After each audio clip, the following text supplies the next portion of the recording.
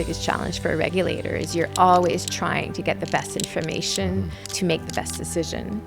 It's not a question of volume, it's a question of getting the correct information. It's a bit frustrating. Essentially, under cost of service regulation, the more things you build, the more money you make.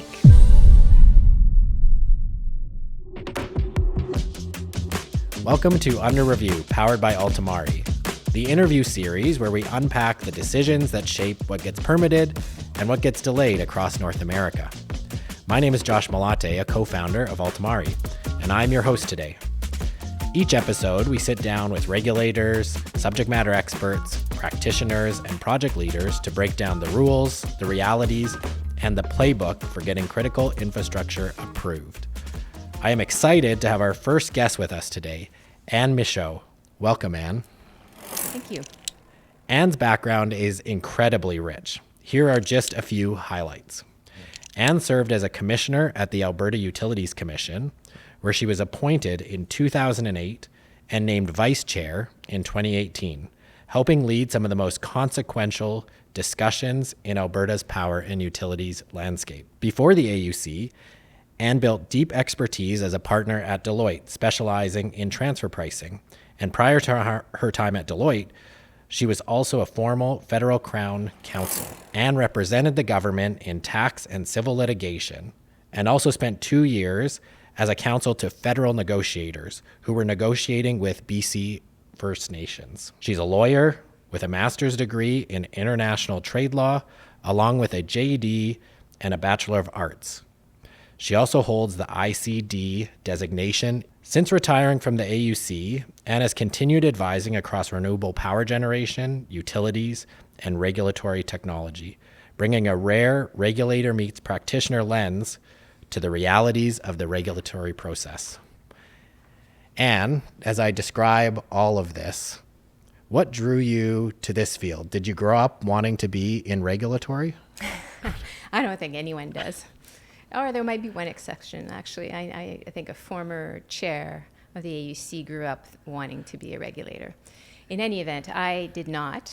I, in fact, did not even think about becoming a lawyer. My background is all over the place. I went to law school because I knew that it would be good education, and my parents believed in higher education.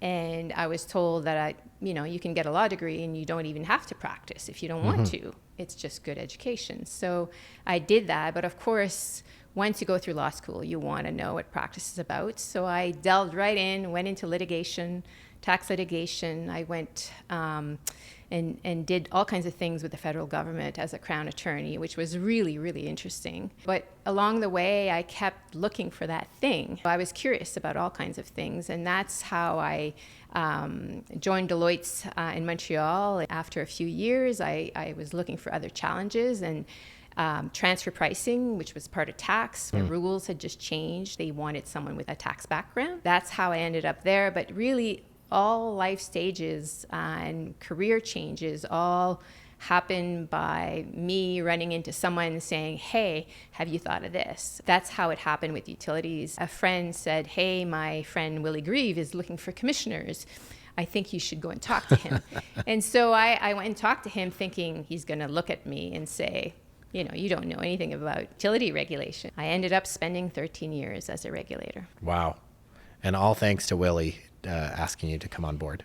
Well, exactly. And at first he had full-time positions and acting commissioners. And I even said, I'll come in as an acting just to see if I like this and if I can do this. And but after I think 6 or 7 months, I knew that the learning curve is steep. But it was so interesting to me. And so I thought I would stay 5 years, and I ended up staying 13. So wow. And, there's a maximum, which I agree with in Alberta. There's a maximum of 12 years, actually, as a full-time. And so I reached my maximum. After that, it's a bit more complicated to stay on. But I believe, it was time for me to leave. I think that new ideas, new people are good for the commission. You want to change it up once in a while. You need people who can come in and bring along different experiences Very cool. to the commission process. Yeah. Well, I'd love to zoom out and get your perspective on this question. What is a regulator, and what is the role of the regulator in society? That's an interesting question in the sense that, typically for life in Canada, the market forces determine pricing of things and services, right? You have a marketplace. For large infrastructure, you can't have competition. So regulation is there in lieu of competition, basically, because it wouldn't make sense to have competition between transmission lines, for example. It's too big and costly to replicate. So I spend $100 million on my transmission line, my competitor does, No. and then we see who they choose. Yeah, exactly. And so, that's not going to work. No. So really, regulation is there in lieu of competition. As you describe that, and the utility having a duty to the ratepayers, I also think about the concept of a corporation, which a lot of these are corporations, and legally they have a duty to their shareholders. And so tell me about how that interacts in the regulatory process. Because they're monopolies, I mean, you get to serve that area of the province. They have to make sure that everyone is served. So when I say duty, I use it a bit loosely in the sense that they're the only provider of the service in that region. So if more people move in, they have to make sure that new customers are served. And so from that's what I mean by duty. Yeah. And the system in Alberta is obviously different from other jurisdictions in Canada in terms of the fact that the utilities, the power generators, a lot of them are privately held. What are some of the challenges that come to mind and that you were in charge of stewarding due to the fact that the systems are very different? So in Alberta, we have a marketplace for the commodity, for the electricity. Yes. And new generation is built via the marketplace. And so that's different. And also, as you mentioned, we have, shareholder-owned utilities across the province, which is different from the rest of Canada in this that they are not provincially owned, and the Crown is not the sole owner. Yes. And so that makes it's quite a bit of a difference. It brings on different challenges, and that's why obviously the AUC has to assess issues relating to the marketplace as well as transmission and distribution. I want to jump into some specifics, and so the concept of a rate case. And so walk us through a rate case like you would for if I was a smart analyst, and what happens from application to decision, and what ends up being the real discussion points as you get into it. The beginning of a rate case is the utility filing an application, and with evidence, and so full-on application. This is not a two-pager. And so the commission vets the application, makes sure everything lines up with, I'm going to take a step back here. The commission is a creation of legislation, and commission members apply legislation. Once the application is filed, it's the who, what, where, and when. Basically, who participates, who's, people who are affected by the ultimate decision are able to participate. There's all kinds of procedural motions that happen in the beginning. The commission will issue an issues list to try and narrow the issues, and we can talk about that a bit later, but that's been crucial in the last few years, is to try and some of these hearings would last for 4 weeks sometimes. I mean, some of these rate hearings were really long. And the evidence is pre-filed. Unlike a hearing in court, where the evidence comes through with the witnesses, in this process, we would never get any decision out. The commission side to try and what's really at stake here. What are we going to focus on? The issues list is really crucial, because then you really say, okay, we want to hear from the parties about this, this, and this. And so that's been a really good tool. in the last few years to really narrow down what happens at the hearing. The next step is for parties to ask questions of each other about their evidence. So about the applicant's evidence, and then the interveners have an opportunity to file their evidence, and everyone's asked questions. And that's when all hell breaks loose. And that's the piece of it that I hope AI will bring some help. Totally. And I think it can, if deployed correctly, it really can, because it's really, really taxing on everyone. I know from being at the commission, and I know from hearing from utilities as clients. Are you thinking about finding specific information, or surfacing the right information? Or even, and the concept of issues list, which we've dug into a bit, the concept of, doing an analysis on a large amount of information and then potentially surfacing where issues might be based on historic references. So I would say all of the above. Okay. So the commission is there as a decision maker, wants the best information to make the best decision. And so it's always asking questions about, it wants to make sure it understands the application and the evidence. So the questions are typically focused on that. It's all about understanding the record. And so it's just really time consuming for all parties involved to ask the questions, to respond to those questions. It's expensive. And as you know, I think these hearings are paid by you and I and ratepayers in rates, because the cost of those hearings, it makes them very expensive. Yes. Because it's a bit of a churn, all of that information. So if you can have tools that will help you, draft questions or answer questions or retrieve information. What did you say last time? What did you, right? And what did that person or that decision maker decide in that other case, on this issue, right? So if you have all that in front of you, you're much more prepared. So the quicker that aspect of the process can be done, the quicker you get to hearing. And of course, to backtrack a little bit, at the beginning, the commission will put dates on time for replies. You're under the gun, and oftentimes people run out of time. Yes. Their interveners intervene in many processes at the same time, or in different tribunals. So it's a lot. Wow. So if you have tools to help you, the evidence contains expertise, right? So the experts, again, can use those tools as well to do their work. So along that chain of people who participate in that process, I think it's endless what can be done with a good AI program to help you. 100%. This is why you and I are talking. And our philosophy as we built Ultimari is really to put AI technology in the hands of really smart, skilled professionals.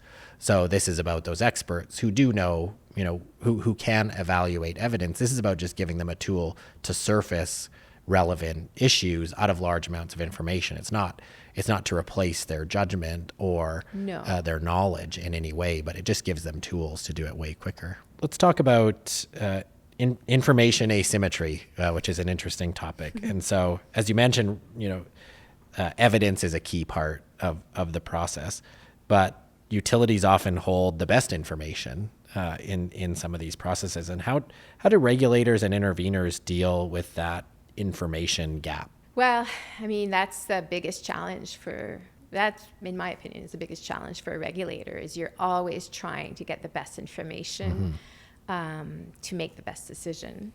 And the utilities, the parties, they hold all the information, right? They have all of their costs. And so it's trying to get that best information. It's not a question of volume, it's a question of getting the correct information. And so I would say it's the biggest challenge for a regulator, is getting to the bottom of it. And you're often dealing with not imprecise, but incomplete.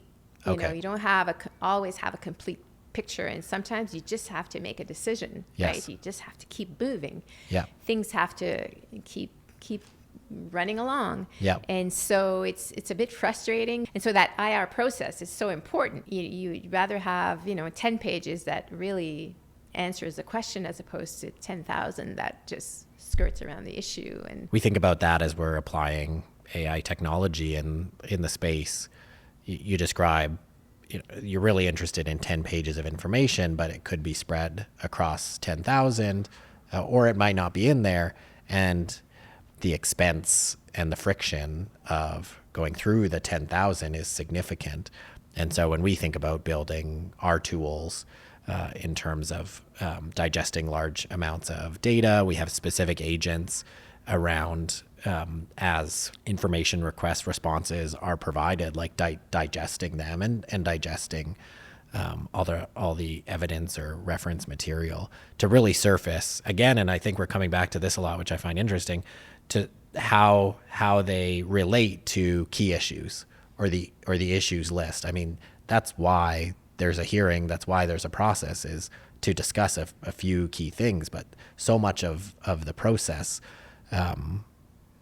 is crowded with other information. At least that's my perspective. right, from a regulator's perspective, you have, so that information comes in. Commission members cannot possibly review every page that comes in initially, right? And because we would be working around the clock. And so, as I mentioned earlier, we're supported by staff, amazing staff that just sift through that information and then summarize a lot of it so that we can understand what the case is about and what the application is about. But if we didn't have that, we'd be full stop. Yeah. And so, but these tools would really be helpful to that, analyst who, when the package comes in the door, can sift through it. And so every step of the way, there is an opportunity to simplify that whole process and make it more efficient. Maybe to look at another concept that I wanted to chat about, this concept of cost of service versus performance-based regulation. Lay down all of their costs of providing service, and there's a vetting by the regulator of those costs. It's called a revenue requirement, and so they say we need this much revenue to provide service. We require this revenue to provide services, and they lay it all out. So it's really heavy duty accounting and finance information. It's not just 10 lines, it's thousands. It's a lot of Yes. information. The basic premise of cost of service regulation is that in order to build things in the whole country, it was the approach taken to get things built.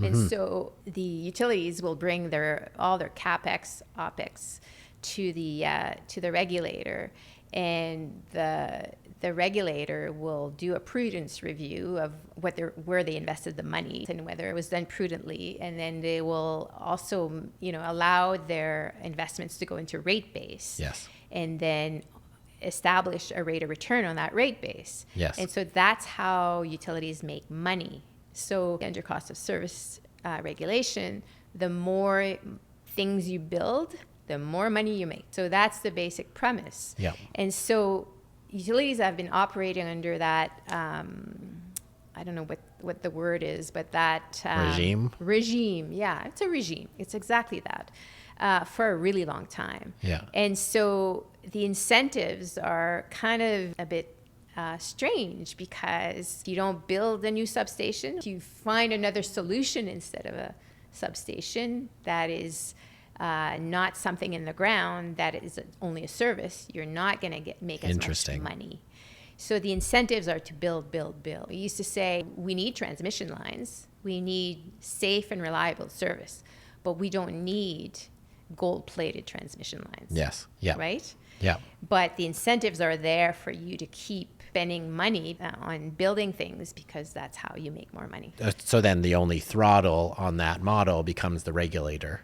Would be the only throttle to the incentive of the utility, which is to build and build and build, because that would mean more revenue. Exactly. And so that's why the the regulator needs information to understand where the money was spent and how it was spent, and was it prudent, right?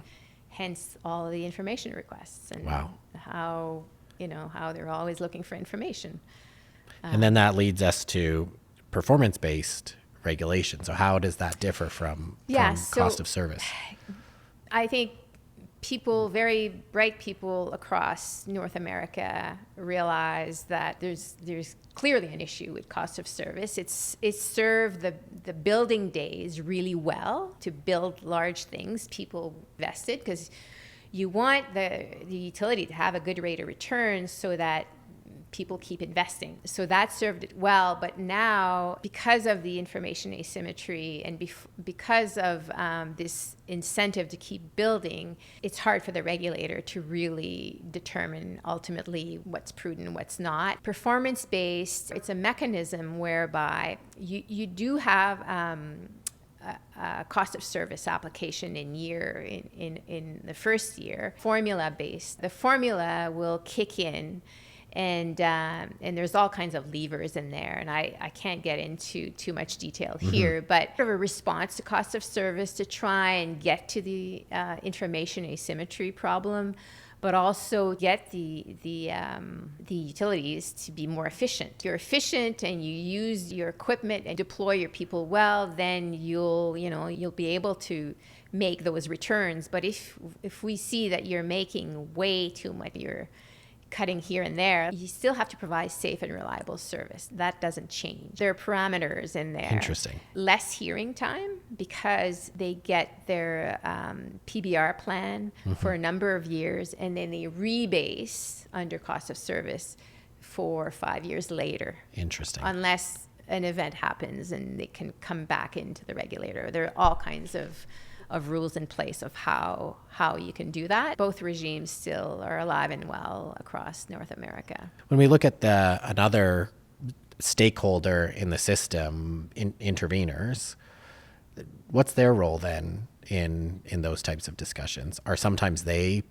putting up some money or to bring information to the table? If so, different interveners who have who represent ratepayers, for example, can come in, bring evidence, and say, they should really build substation B as opposed to substation A. So they can bring in the experts, and they get funding to represent the parties could potentially be adversely affected by the decision. They help the commission have a complete record, and they have an ability to question and bring evidence and their own experts. Many utilities have sat in front of you and submitted evidence to you. What have some of the best strategies you've seen that utilities have put forward? It's not so much about strategies. It's about how you present your case to the commission. Because of the volume of information that flows, the commission, and I would say all my former colleagues would agree with that, is the more you want to prepare your witnesses and make sure they can answer the question and that they do answer the question. So I would say prepare, but that's a rule for any lawyer, and they know that. To be concise with their argument at the end. A lot of lawyers read from their arguments and they go on and on. Make sure that you look up, make sure that the commission is following you. Because if they're not on the same page, yes, they'll go in the transcript for sure, but you want to make sure that they follow along and that they're with you. What do you think is going to matter most in this space in the next 2 to 3 years? I have a wish list. I'm a huge proponent of renewable energy. I'm also hopeful that the issue of interprovincial transmission gets alive and keeps going. I think it's been raised again. It seems that years ago it was brought up and then nothing happened, and I'm thinking now, if not now, it'll never happen. When, yes. So I'm hoping to see that in the next few years, or some traction in that regard, because right now we're connected to the U.S. in certain provinces much more than we are interprovincially. And yes, there are challenges, but I think that's a no-brainer. It makes so much sense. It will be hard, but I think we need to do it. So I'm hoping to see that traction. We need to build big things, and I think that means our grids need to be coordinated. That's really on my wish list. Yeah. Now, what's going to happen in the next 2 or 3 years? Hopefully, some of these processes that we talked about keep getting better and better and more efficient. From what I hear, just commissioners are doing hearing after hearing after hearing because they're all online, and so it's allowing them to do more, right, than they used to. The workload doesn't change. So something's got to give at some point. So hopefully AI and other tools like that can help try and make these processes more efficient. Well, thanks again for joining us today, Anne. I really appreciate you taking the time to chat through a number of topics. Some we had talked about prior, some we just got into, which was really exciting, and for you to share your perspective and practical lessons and things you've seen, and then as well thoughts on the future, which I found very, very interesting. And so if you're working on complex regulatory filings, that is exactly what we build at Ultimari. We've built an AI-powered platform with live libraries of regulatory and permitting intelligence that helps teams do regulatory research, organize applications, and accelerate all of the workflows in between. And so thanks for listening to Under Review. If you've enjoyed this conversation, share it with a colleague, and we'll see you next time. Thanks so much, Anne. Thanks, Josh.